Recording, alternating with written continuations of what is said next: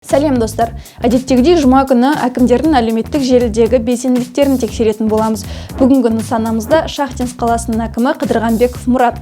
Әкімнің қаншалықты халқына жақын екенін бірге көрейік.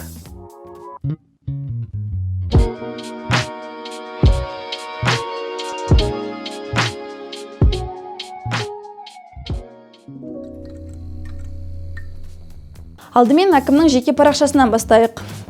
Парақшада 738 жазылушы мен 18 пост бар екен. Посттар биылғы жылдың 22 қыркүйегінен бастап қана шыға бастаған. Әкім әлеуметтік желіде белсенді және посттары қазақ және орыс тілінде қатар жазады екен. Бұл әрине қуантарлық жайт. Әкім парақшасында халықта белсенді, оны жазылған пікір мен басылған лүпілден көруге болады. Бірақ жазылған пікірлердің барлығына бірдей жауап бермейді екен. Мысалы, әкіммен кездесу өтетіні жайында жазылған посттағы пікірлерге рахмет деп жауап қатса, 3 күн бұрын жасалған посттағы сыни пікірлерге жауап бермеген. Мысалы, Акноплаш 2021 аккаунтының иесі.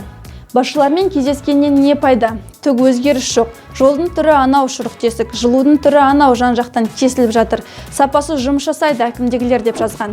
Бірақ бұған кері байланыс болмаған. Пікірлерге таңдап жауап беретіні қызық әрине. Ал әкімдіктің ресми парақшасына келетін болсақ, 13 мыңға жуық оқырманы бар. Соңғы жарияланым 3 күн бұрын болыпты.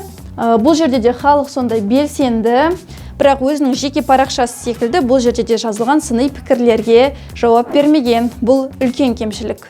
Әлеуметтік желі халық пікірін билікке жеткізетін тиімді құрал екенін естен шығармау керек.